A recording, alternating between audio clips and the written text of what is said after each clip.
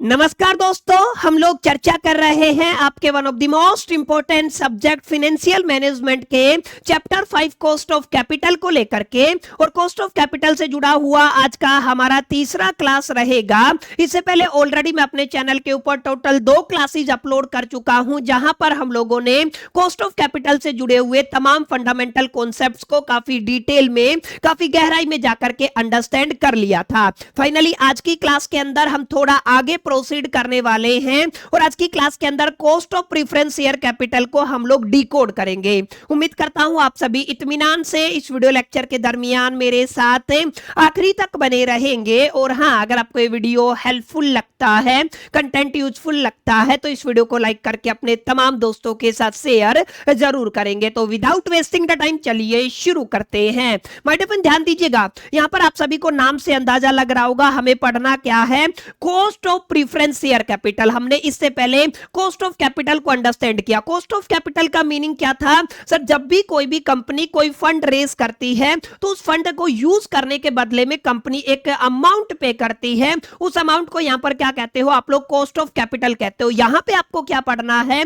Cost of preference share capital पढ़ना है। आप सभी जानते हो 2 तरीके के शेयर होते हैं, एक आपका इक्विटी शेयर होता है, एक आपका प्रेफरेंस शेयर होता है। जब भी कोई भी कंपनी प्रेफरेंस शेयर्स को इश्यू करके फंड रेज करती है तो यहां पर जितने भी आपके प्रेफरेंस शेयर होल्डर्स होते हैं उनको कंपनी को एक मिनिमम रेट ऑफ रिटर्न एक तरीके से पे करना पड़ता है, जो उसने फंड एक तरीके से रेज किया है उसको यूज करने के बदले में। इसी को आप लोग क्या कहते हो? Cost of preference share capital कहते हो। तो कुल मिलाकर के आप लोग क्या कहोगे सर? आप लोग कहोगे कि सर जब भी आप लोग केपी की बात करेंगे, केपी का फुल फॉर्म होता है cost of preference share capital. ठीक है, प्रेफरेंस शेयर कैपिटल अपने आप में वो आपका रेट ऑफ रिटर्न होता है जो किसी भी कंपनी को रिक्वायर्ड होता है पे करने के लिए। किसको पे करना है सर? प्रेफरेंस शेयर होल्डर को पे करना है। किसके बदले में? For using their fund. समझ में आया? उनको एक तरीके से जो कंपनी ने उनका पैसा यूज किया है, उनका फंड यूज किया है, उसको यूज करने के बदले में ना कंपनी को क्या करना पड़ता है?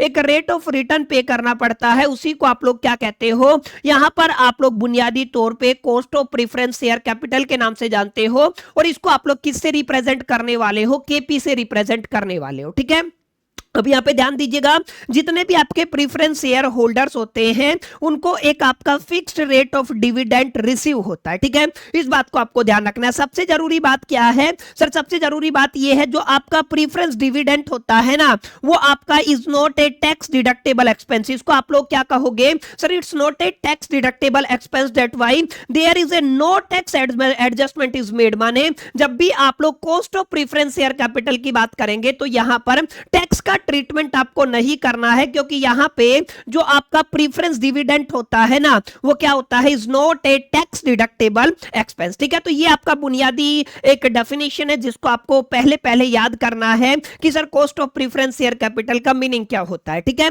अब आप सभी समझ गए होंगे, एक कंपनी है, उस कंपनी ने प्रेफरेंस शेयर्स इशू किए हैं, जिसके बदले में उसको फंड मिला है। उस फंड को कंपनी यूज करेगी। उसको यूज करने के बदले में जितने भी प्रेफरेंस शेयर होल्डर्स होंगे उनको एक मिनिमम, एक फिक्स रेट ऑफ डिविडेंड मिलेगा। इसी को आप लोग क्या कहते हो? Cost of preference share capital कहते हो।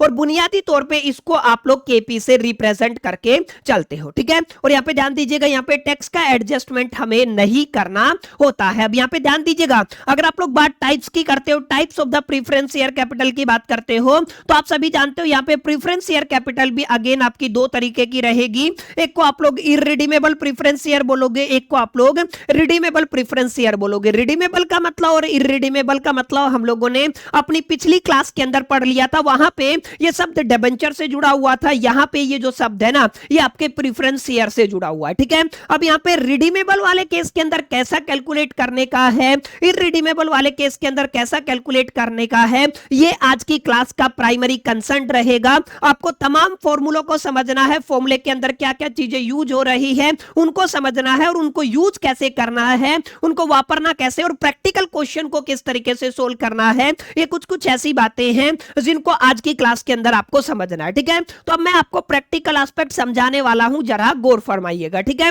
तो मैंने आपको क्या बताया सर, यहां पे जो आपका cost of preference share capital होगा, जिसको आप लोग किससे रिप्रेजेंट करने वाले हो, केपी से रिप्रेजेंट करने वाले हो। यहां पर आपकी दो सिचुएशन बन सकती है सर। पहली कौन सी रहेगी, जिसको आप लोग क्या कहोगे सर, इसको आप लोग यहां पर रिडीमेबल कहोगे। ठीक है, तो पहला केस कौन सा आ जाएगा, रिडीमेबल वाला आ जाएगा, और सेकंड केस कौन सा आ जाएगा सर, आपका इररिडीमेबल वाला आ जाएगा। ठीक है, तो दोनों के अंदर कैसे ट्रीटमेंट रहेगा ये बात आपको समझनी है। अगर आपने पिछली क्लास अच्छे से लगाई होगी तो आप सभी जानते होंगे, जब भी आप लोग रिडीमेबल प्रेफरेंस शेयर की बात करेंगे तो यहां पर आपको एक मिनिमम टाइम पीरियड दिया जाता है, नंबर ऑफ ईयर्स दिए जाते हैं, मैच्योरिटी का टाइम पीरियड दिया जाता है। लेकिन अगर आप लोग इररिडीमेबल वाले केस की बात करते हो, इररिडीमेबल प्रेफरेंस शेयर कैपिटल की बात करते हो, तो यहां पे कोई टाइम पीरियड आपको नहीं दिया जाता है। दैट्स व्हाई जो आपका ये पहला वाला केस रहेगा ना, पहला वाला केस आपका इररिडीमेबल वाला रहेगा, और सेकंड वाला केस कौन सा रहेगा, आपका रिडीमेबल प्रेफरेंस शेयर कैपिटल का रहेगा। तो सबसे पहले हम लोग क्या करते हैं, आपका केपी निकालना सीखते हैं। किस केस में, अगर आप लोग किसकी बात करते हो माय डियर फ्रेंड्स, यहां पर आपके इररिडीमेबल प्रेफरेंस शेयर कैपिटल की बात करते हो, तो ध्यान दीजिएगा यहां पर फॉर्मूला बिल्कुल सिंपल रहेगा, बेसिक रहेगा। अगर आप लोग बात फॉर्मूले की करते हो तो जब भी आप लोग यहां पर केपी निकालोगे तो आपको क्या करना है, आपका एक टर्म होता है जिसको आप लोग डीपी से रिप्रेजेंट करते हो, उसको आपको डिवाइड कर देना है एनपी से और आपको मल्टीप्लाई कर देना है 100 से। अगर आप लोग ऐसा कर पाए तो आप लोग क्या निकाल पाओगे सर, आप लोग यहां पे प्रेफरेंस शेयर कैपिटल निकाल पाओगे in the case of the irredeemable preference share. ठीक है, तो यहां पे ध्यान दीजिए का मुद्दा ये है सर, केपी का तो हमें पता है, ये आपका cost of preference share capital हो गया। ठीक है, अब सवाल ये आता है, ये जो डीपी आपने लिखा हुआ है, इस डीपी का मीनिंग क्या होता है, तो ध्यान दीजिएगा डीपी का मतलब होता है जो भी आपके प्रेफरेंस का डिविडेंड बनता है उसका एनुअल वैल्यू। ठीक है, तो आप लोग क्या कहोगे माय डियर फ्रेंड्स, यहां पर आप लोग कह दोगे this is the annual value. ये क्या रहेगा सर, आपका annual value of preference dividend. तो मैं इसको पीडी से रिप्रेजेंट कर रहा हूं, आपको पूरा लिखना है, annual value of preference dividend हो जाएगा। इसी तरीके से अगर आप लोग नेट प्रोसीडिंग की बात करोगे तो नेट प्रोसीडिंग का फॉर्मूला मैंने आपको समझाया हुआ है। आपके पास एक फेस वैल्यू रहेगा जिसको आप लोग कहते हो जिस प्राइस के ऊपर आपने सिक्योरिटी को इश्यू किया है, इसके अंदर से आपको क्या करना है, फ्लोटेशन कॉस्ट को माइनस करना है, और इसी के अंदर से आपको क्या करना है, आपके डिस्काउंट को माइनस करना है। आपको अगर ये तमाम चीजें दी गई है, डिस्काउंट दिया है तो माइनस कर दीजिएगा, डिस्काउंट नहीं दिया है तो आप लोग केवल फ्लोटेशन कॉस्ट को माइनस कीजिएगा। आपको रिक्वायर्ड रिजल्ट क्या मिल जाएगा, नेट जो आपका प्रोसीडिंग वैल्यू है या नेट प्रोसीड्स है वो वैल्यू मिल जाएगा। ठीक है, तो अगर आप लोग इररिडीमेबल वाले केस की बात करते हो तो जस्ट आपको इतनी ही चीजों पर अंडरस्टैंडिंग हासिल करनी है। अगर आपने इस फॉर्मूले को मास्टर कर लिया तो आप लोग ये मान करके चले आपका मोटा मोटा काम हो गया। ठीक है, लेकिन अगर आप लोग यहां पर बात करते हो my dear friend second case की, ठीक है, सेकंड केस क्या है सर, आपको केपी निकालना है, cost of preference share capital निकालना है। लेकिन आपका जो प्रेफरेंस शेयर है वो किस केस के अंदर है सर, वो आपका रिडीमेबल सिचुएशन के अंदर है। ठीक है, अब रिडीमेबल सिचुएशन के अंदर ना आपको ध्यान दीजिएगा एक नई टर्म देखने को मिलेगी जिसको आप लोग एन से रिप्रेजेंट करते हो। लेकिन अगर आप लोग स्टैंडर्ड फॉर्मूले की बात करते हो केपी के केस में तो ध्यान दीजिएगा cost of preference share capital is equal to the, आप लोग यहां पर सबसे पहले क्या लेकर के चलोगे सर, आपका डीपी लेकर के चलोगे। डीपी यानी कि आप लोग समझ गए होंगे जो आपके प्रेफरेंस शेयर का एनुअल वैल्यू है। ठीक है, अब यहां पे आपको डीपी लेकर के चलना है, प्लस में आपका जो रिडीमेबल वैल्यू होता है उसके अंदर से आपको नेट प्रोसीडिंग को माइनस करना है, और केवल इस वैल्यू को ना आपको एन से डिवाइड करना है। एन अभी मैं आपको बताऊंगा क्या होता है, और इस पूरी अमाउंट को माय डियर फ्रेंड्स हम लोग डिवाइड कर देंगे आपकी रिडीमेबल वैल्यू प्लस में जो आपका नेट प्रोसीडिंग हो गया, और इसको आप लोग कितने से डिवाइड कर देंगे, 2 से डिवाइड कर देंगे, और मल्टीप्लाई आपको कितने से करना है सर, 100 से करना है। ठीक है, तो माय डियर फ्रेंड्स ये आपका क्या बन जाएगा, ये आपका एक कंप्लीट फॉर्मूला बन जाएगा जिसका इस्तेमाल करके आप लोग बड़े प्यार से बड़े आराम से किसको फाइंड आउट कर सकते हो सर, आप लोग केपी, जिसको आप लोग cost of preference share capital के नाम से जानते हो, इसको फाइंड आउट किया जा सकता है in the case of the redeemable preference share. ठीक है, तो यहां पे ध्यान दीजिएगा जो जो शब्द मैंने आपको बताए हैं उनका मीनिंग क्या रहेगा। तो यहाँ पे डीपी का मीनिंग सेम रहेगा। डीपी का मतलब क्या होता है मैंने बताया। डीपी का मतलब होता है सर आप लोग क्या लेकर के चलते हैं, एनुअल जो आपका प्रीफरेंस डिविडेंड है। तो आप लोग क्या लिखोगे सर, ये क्या है सर, ये आपका एनुअल प्रीफरेंस डिविडेंड रहेगा। ठीक है, ये बात हमें समझ में आ गई, ये आपका एनुअल प्रीफरेंस डिविडेंड है। ठीक है, अगर आप लोग आरवी की बात करते हो तो आरवी का मतलब रहेगा, आप लोग यहाँ पर क्या कहोगे सर, ये आपका रिडीमेबल वैल्यू रहेगा। ठीक है, तो आप लोग क्या कहोगे, ये आपका रिडीमेबल वैल्यू होता है। एनपी आप लोग पढ़ते आए हो, इसको आप लोग क्या कहोगे, नेट प्रोसीड कहोगे। ठीक है, या फिर net proceeding whatever you can say. ठीक है, अब इसी तरीके से जो आपका एन होता है ना, वो आपके नंबर ऑफ ईयर्स रहेंगे जो आपको क्वेश्चन के अंदर देखने को मिलेंगे। ठीक है, तो ये क्या हो जाएगा सर, आपका नंबर ऑफ ईयर्स हो जाएगा। अगर आप लोग इन तमाम फंडामेंटल कॉन्सेप्ट को समझ गए, इस फॉर्मूले के अंदर, इस अरेंजमेंट के अंदर अगर आपने पुट कर दिया, तो आप लोग बड़े प्यार से, बड़े आराम से फाइनल आंसर तक पहुंच सकते हैं। हर एक न्यूमेरिकल को बड़े प्यार से, बड़े आराम से टैकल कर सकते हैं। ठीक है, तो उम्मीद करता हूं इतनी बातें आपको क्लियर रही होंगी और आपको समझ में आ गया होगा कि यहां पर cost of preference share capital का मीनिंग क्या होता है। ये क्लियर रहा। एक बार अगर आपको एग्जामिनेशन के पॉइंट ऑफ व्यू से थोड़ा सा फ्लो चार्ट अगर आपको बना के आना है तो ध्यान दीजिएगा। ठीक है, लेटेस्ट से मैं कोई भी एक कंपनी का एग्जांपल ले लेता हूं। मैं यहां पे एक आपका बढ़िया सा कंपनी बना लेता हूं। ठीक है, ध्यान दीजिएगा, मैंने आपका एक कंपनी बना लिया है जिसका नाम क्या रखे, आपका XYZ लिमिटेड रख देते हैं। ठीक है, तो यहां पे आपको क्या दिखा हुआ है, कंपनी मैंने बना लिया जिसका नाम क्या है, XYZ लिमिटेड है। ठीक है, तो मैंने क्या लिखा हुआ है, ये आपका कंपनी है, XYZ करके है। ठीक है, मैं यहां पे लिख देता हूं सर, ये आपका क्या है, कंपनी है। ठीक है, अब कंपनी के पास दो ऑप्शन होते हैं, मैंने बताया इसके पास दो, ये आपके दो तरीके से कैपिटल रेज कर सकती है। एक तो ये क्या कर सकती है सर, आपके इक्विटी शेयर्स को इशू कर सकती है। ठीक है, किसको कर सकती है, इक्विटी शेयर्स को इशू कर सकती है। दूसरा मैंने बताया सर, ये किसको इशू कर सकती है, आपके प्रीफरेंस शेयर्स को इशू कर सकती है। ठीक है, अब इक्विटी शेयर अगर आपके इशू होंगे तो वहां पर आपका cost of equity share capital बनेगा, जो अगली क्लास के अंदर हम लोग पढ़ेंगे। हमें क्या पढ़ना है, प्रीफरेंस शेयर के बारे में पढ़ना है। ठीक है, अब ये मान लीजिए आपके यहां पर जितने भी लोगों ने आपके प्रीफरेंस शेयर को खरीदा, तो आप लोग क्या कहोगे सर, वो आपके क्या रहेंगे, प्रीफरेंस शेयर होल्डर रहेंगे, जिसको आपने PSH के नाम से रिप्रेजेंट किया। आपको पूरा लिखना पड़ेगा, प्रीफरेंस शेयर होल्डर का मतलब क्या रहेगा, PSH रहेगा। ठीक है, जिन भी लोगों ने किसी भी कंपनी के प्रीफरेंस शेयर को खरीदा है वो क्या रहेगा, प्रीफरेंस शेयर होल्डर रहेंगे। अब होगा क्या, यहां से जितने भी प्रीफरेंस शेयर होल्डर है, यहां से आपका एक फंड बनेगा। ठीक है, कंपनी के पास क्या बनेगा, एक फंड बनेगा, जो यहां पे कंपनी ने क्या किया है, रेज किया है। ठीक है, अब अगर कंपनी, यहां पर ध्यान दीजिएगा, इस फंड को यूज करना चाहती है, क्या करना चाहती है, यूज करना चाहती है, तो क्यों लोग अपना पैसा लगाएंगे, तो क्योंकि उनको बदले में क्या मिलेगा, एक आपका रिटर्न मिलेगा। क्या मिलेगा, रिटर्न मिलेगा, मिनिमम रेट ऑफ रिटर्न मिलेगा। इसी को आप लोग क्या कहते हो, cost of preference share capital कहते हो। ठीक है, तो यहां पे ये क्या हो जाएगा सर, आपका cost of preference share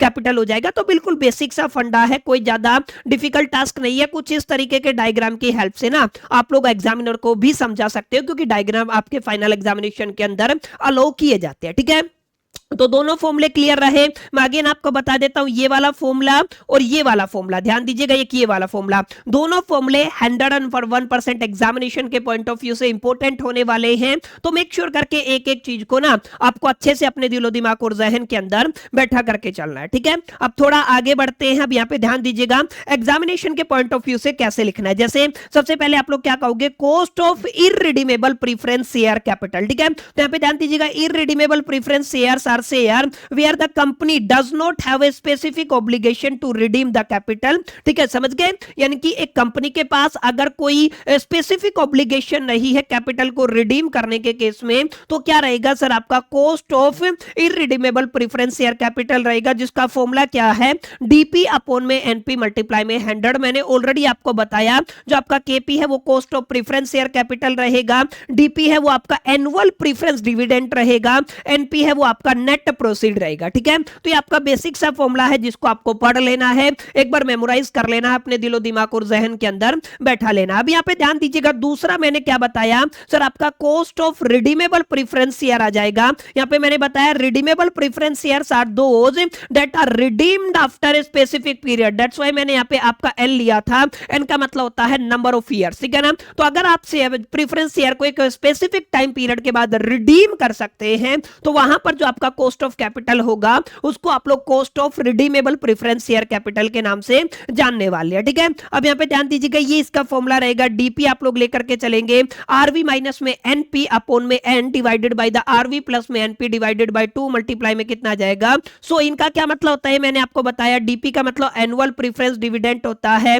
RV का मतलब रिडीमेबल वैल्यू होता है, एनपी का मतलब नेट प्रोसीडिंग होता है, एन का मतलब होता है नंबर ऑफ ईयर्स जिस टाइम पीरियड के अंदर आप लोग अपने प्रेफरेंस शेयर्स को क्या करने वाले हो, रिडीम करने वाले हो। ठीक है, तो ये आपका आज की क्लास का पूरा थ्योरेटिकल पार्ट था और जितने भी फॉर्मूले थे वो मैंने आपको समझा दिए हैं। आई होप कि आपको ये समझ में भी आ गए होंगे, ये वाला पार्ट आपको समझ में आ गया होगा।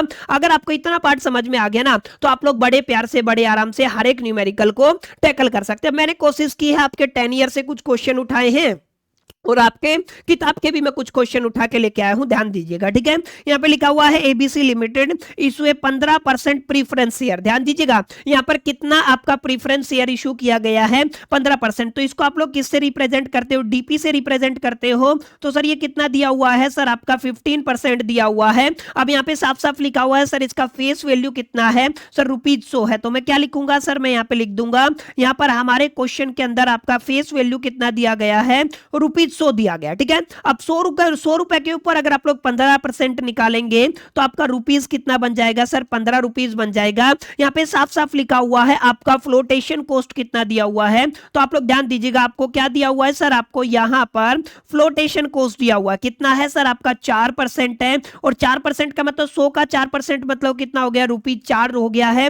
Find out the cost of capital, आपको क्या निकालना है सर, आपको केपी निकालना है, कॉस्ट ऑफ कैपिटल निकालना है। If preference shares are redeemable after the sorry आपका पहला क्या है, प्रेफरेंस शेयर्स आर इररिडीमेबल। ठीक है, तो सबसे पहला केस क्या रहेगा, अगर आप लोग क्या लेकर चलते हो, इररिडीमेबल वाला केस लेकर के चलते हो, तो सबसे पहले हम लोग इररिडीमेबल वाले केस को ही सोल्व करते हैं। ठीक है, अब इररिडीमेबल वाले केस के अंदर अभी अभी आपने क्या पढ़ा सर, सिंपल सा फॉर्मूला पढ़ा।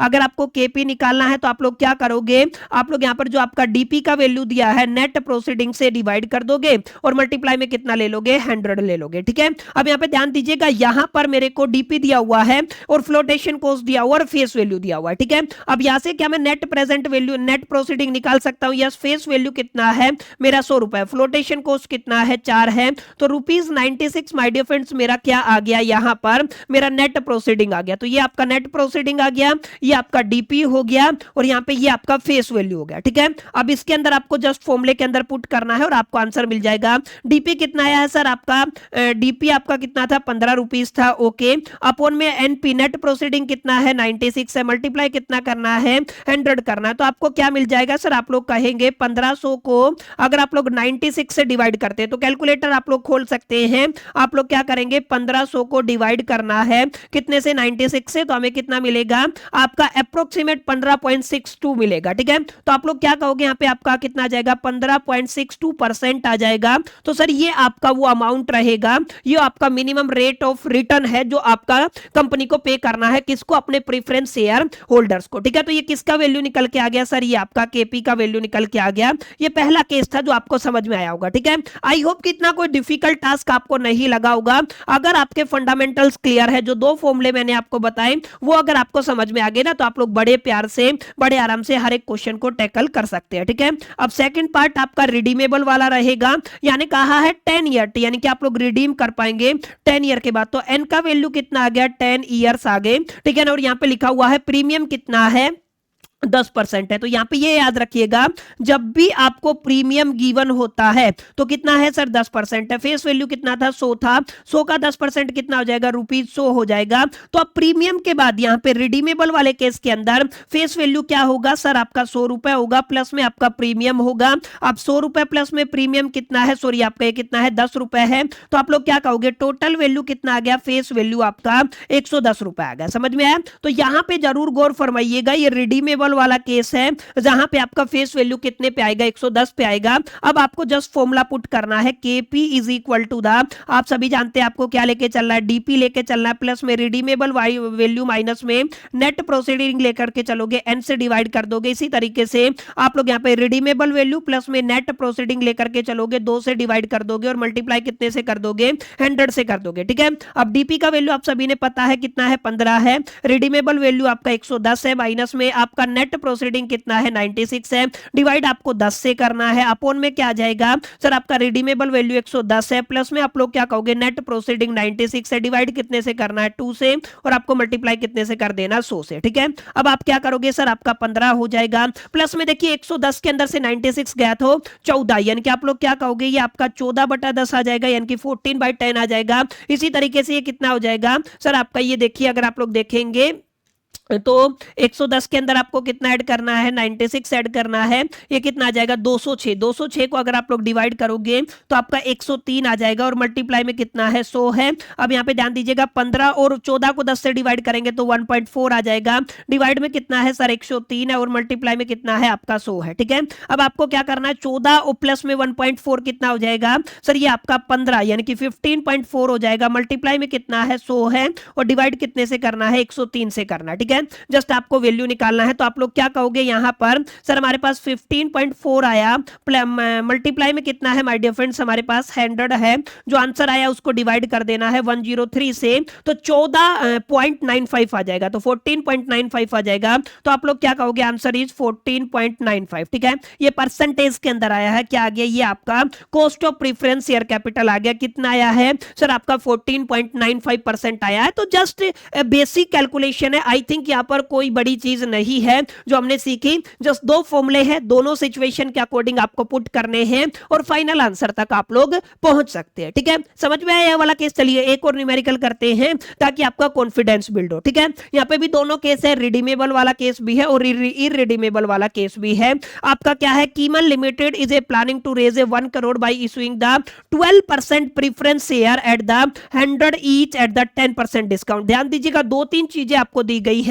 सबसे पहले क्या गिवन है माय डियर फ्रेंड्स, आपको समझ में आ गया होगा, यहां पर आपका फेस वैल्यू गिवन है। सर फेस वैल्यू कितना गिवन है, इन्होंने साफ साफ कहा है 100 रुपए की फेस वैल्यू के ऊपर आपको डिस्काउंट कितना करना है। ध्यान दीजिएगा आपका डिस्काउंट कितना है 10% है, तो 10% का अगर आप लोग निकालेंगे 100 के हिसाब से तो आपका कितना आ जाएगा ₹10 आ जाएगा। ऊपर क्या दिया हुआ था प्रीफरेंस शेयर, यानी कि आप लोग डीपी की बात करोगे तो कितना दिया हुआ है 12% है, 100 के हिसाब से 12 की बात करोगे तो ₹12 आ जाएगा। समझ में आया, तो आपको फेस वैल्यू आपका 100 रुपए दिया गया है, डिस्काउंट 10 रुपए है, डीपी कितना है सर आपका 12 रुपए। ठीक है, आगे क्या लिखा हुआ है, आगे लिखा हुआ है अंडर रिटर्न एक्सपेंसेस, आपको दिख रहा है ना ये क्या है आपका अंडर रिटर्न एक्सपेंसेस कितना है सर आपका 2% है। तो आप लोग क्या कहोगे यहाँ पे, आप मैं डायरेक्ट इसको एक्सपेंस लिख देता हूं, आपको पूरा लिखना है अंडर रिटर्न एक्सपेंस 2% है, तो ये कितना हो जाएगा सर आपका ₹2 हो जाएगा। ठीक है, अब आपको क्या करना है कॉस्ट ऑफ प्रीफरेंस शेयर निकालना है, माने केपी निकालना है। अब ध्यान दीजिएगा जरा केपी कैसे फाइंड आउट आप लोग यहां पर कर सकते हो। ठीक है,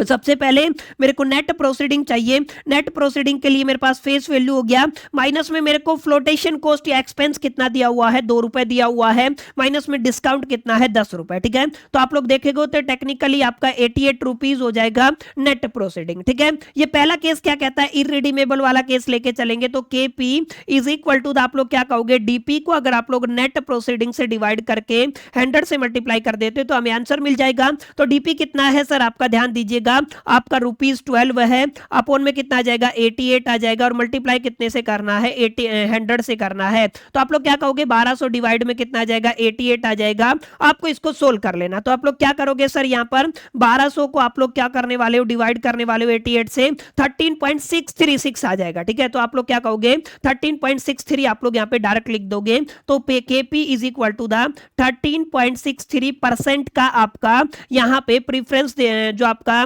कॉस्ट ऑफ प्रीफरेंस जो आपका कैपिटल है वो आ जाएगा। ठीक है, तो इस तरीके से माय डियर फ्रेंड्स आप लोग क्या कर सकते हो, पहले पार्ट को सोल्व कर सकते हो। दूसरे पार्ट की अगर आप लोग बात करते हो तो दूसरे पार्ट के अंदर क्या दिया गया है सर, अगेन प्रीमियम 15% है, 10 ईयर का टाइम पीरियड दिया गया है रिडीम के लिए, तो एन कितना हो जाएगा सर आपका 10 ईयर हो जाएगा, मैंने 10y लिख दिया है। इसके अलावा यहाँ पे आपका क्या दिया हुआ है सर, प्रीमियम दिया हुआ है, कितना है आपका प्रीमियम 15% है, तो आप लोग क्या कहोगे सर 15%, 100 का 15% कितना हो जाएगा 15 रुपीज हो जाएगा। तो यहां पे कैलकुलेशन के अकॉर्डिंग आपका फेस वैल्यू बदल जाएगा, कितना आ जाएगा फेस वैल्यू आपका यहां पे 100 रुपए पहले था और प्रीमियम आपने कितना चार्ज किया 15 रुपए चार्ज किया, तो आप लोग क्या कहोगे face value is equal to the आपका कितना बन गया 115 रुपए बन गया। ठीक है, तो ये आपको ध्यान रखना, आप क्या करना जस्ट आपको फॉर्मूले के अंदर वैल्यूज को पुट करना। फॉर्मूला क्या कहता है जरा गौर फरमाइएगा, फॉर्मूला कहता है KP is equal to the, आपको सबसे पहले डीपी निकालना है, रिडीमेबल वैल्यू के अंदर से नेट प्रोसीडिंग डिवाइड में आप लोग एन करके चलेंगे, पूरे को आपको डिवाइड कर देना है, रिडीमेबल वैल्यू प्लस में नेट प्रोसीडिंग अपॉन में आप लोग 2 लेकर के चलेंगे और मल्टीप्लाई 100 कर देंगे, ठीक है। अब डीपी कितना है आपका 12 था, आई थिंक कितना था डीपी, यस 12 था, प्लस में आपका रिडीमेबल वैल्यू अब कितना हो चुका है 115 रुपए हो चुका है, नेट प्रोसीडिंग 88 था, नंबर ऑफ ईयर कितना है 10 है, अपॉन में क्या करोगे 115 प्लस में कितना आ जाएगा 88 डिवाइडेड बाय 2 और मल्टीप्लाई कितना आ जाएगा आपका 100 हो जाएगा। तो यहाँ पे आप लोग क्या कर दोगे, बड़े प्यार से बड़े आराम से केपी की वैल्यू निकाल पाओगे। जस्ट आपको एक एक स्टेप अप्लाई करना है। जैसे सबसे पहले क्या है 115 माइनस में अगर आप लोग 88 करते हो तो 27 आ जाएगा, 27 को 10 से डिवाइड करोगे तो 2.7 आ जाएगा। तो आप लोग क्या कहोगे सर यहाँ पे आपका 12 है और इसका आंसर कितना आ गया 2.7 आ गया, ठीक है। अब इसी तरीके से 115 प्लस 88 डिवाइडेड बाय 2 कर लीजिए, 115 है प्लस में 88 है डिवाइडेड बाय 2 है तो आपका 159 आ जाएगा और मल्टीप्लाई आपको कितने से करना है सर, आपको 100 से करना। अब यहाँ पे देखिए इसकी कैलकुलेशन, ठीक है। अब क्या करोगे sir KP is equal to the 12 और 2 14, ये कितना हो जाएगा 14.7 मल्टीप्लाई में कितना है आपका 100 है और डिवाइड में कितना है 159 है। इसको आपको सोल्व करना है, आपको आपका रिक्वायर्ड आंसर मिल जाएगा। तो ध्यान दीजिएगा कैसे करेंगे सर, आपका 14.7 है मल्टीप्लाई 100 से करना है, जो आंसर आता है उसको डिवाइड कर देना है 159 से, 9.24 आ जाएगा। तो आप लोग क्या कहोगे सर आंसर कितना आ गया, हमारा आंसर आ गया 9.24%, ठीक है। तो ये केपी का वैल्यू आ गया रिडीमेबल वाले केस के अंदर, ठीक है। जो आपका 10 साल का रिडीमेबल का टाइम पीरियड दिया गया है ना, उसके अकॉर्डिंग आपका क्या आ गया है माय डियर फ्रेंड्स केपी का वैल्यू आ गया, ठीक है। तो समझ में आया। तो इस तरीके से माय डियर फ्रेंड्स आप लोग बड़े प्यार से बड़े आराम से रिडीमेबल प्रेफरेंस शेयर कैपिटल को भी निकाल सकते हो, इररिडीमेबल प्रेफरेंस शेयर कैपिटल की कॉस्ट को भी निकाल सकते हो, ठीक है। अब एक छोटा सा क्वेश्चन और देखते हैं, अगर हमारे पास समय है अभी तो अभी एक क्वेश्चन और कर लेते हैं ताकि आपको क्लैरिटी हो सके, फिर उसके बाद हम लोग सेशन को कंक्लूड करेंगे, ठीक है। चलिए यहां पे क्या गिवन है, calculate the after tax cost of capital in the each of the following case given that the tax rate applicable. Sir tax कितना दिया हुआ है 40%। अब आप सभी के दिलो दिमाग और जहन के अंदर आ रहा होगा सर यहाँ पे तो टैक्स की जरूरत नहीं है, लेकिन अगर आपने कॉस्ट ऑफ डिबेंचर पढ़ा होगा तो वहां पे हमें टैक्स की जरूरत थी, ठीक है। अब आगे देखिए क्या लिखा हुआ 15% प्रीफरेंस शेयर, तो साफ साफ दिख रहा है आपको डीपी का वैल्यू गिवन है, कितना गिवन है सर आपका 15% गिवन है और यहां पर आपका जो पार है उसकी फेस वैल्यू कितनी है 100 रुपए। तो आप लोग क्या कहोगे सर आपका फेस वैल्यू कितना है, आपका ₹100 है फेस वैल्यू हो गया, तो 15% कितना हो जाएगा ₹15 हो जाएगा, ठीक है। अब यहाँ पे आपको क्या करना है, आपको बुनियादी तौर पर सबसे पहले क्या करना है कॉस्ट ऑफ कैपिटल निकालना है। तो क्योंकि यहाँ पे प्रीफरेंस शेयर की बात हुई है और यहां पे रिडीमेबल वाला केस नहीं है, तो डायरेक्ट आप लोग फॉर्मूला लगा देंगे KP is equal to the DP divided by net proceeding, multiply में आप लोग क्या कर लोगे 100 कर लोगे। डीपी कितना गिवन है सर आपका 15 गिवन है divided by net proceeding. Net proceeding का मतलब फेस वैल्यू माइनस में फ्लोटेशन कॉस्ट माइनस में डिस्काउंट, तो ना तो फ्लोटेशन कॉस्ट ना ही डिस्काउंट है, तो आप लोगों का face value as it is आ जाएगा 100 और मल्टीप्लाई में कितना आ जाएगा 100, ये कैंसिल हो जाएगा। तो केपी कितना आ जाएगा इस पर्टिकुलर सिचुएशन के अंदर आपका 15%, ठीक है। लीजिए ये वाला पार्ट भी आपका क्या हो गया सोल्व हो गया, ठीक है। अब इसी तरीके से अगर आप लोग इसके सेकंड पार्ट की तरफ बढ़ोगे तो सेकंड पार्ट को पढ़िए क्या लिखा हुआ है, एन इररिडीमेबल डिबेंचर। देखिए किसकी बात हुई है, डिबेंचर की बात हुई है। यहाँ पे फेस वैल्यू कितना है सर आपका फेस वैल्यू 1000 रुपए गिवन है, तो आप लोग क्या कहोगे 1000 रुपए है, sold at A coupon rate. अच्छा डिस्काउंट कितना दिया हुआ है सर, आपको डिस्काउंट दिया हुआ है कितना है 15% है।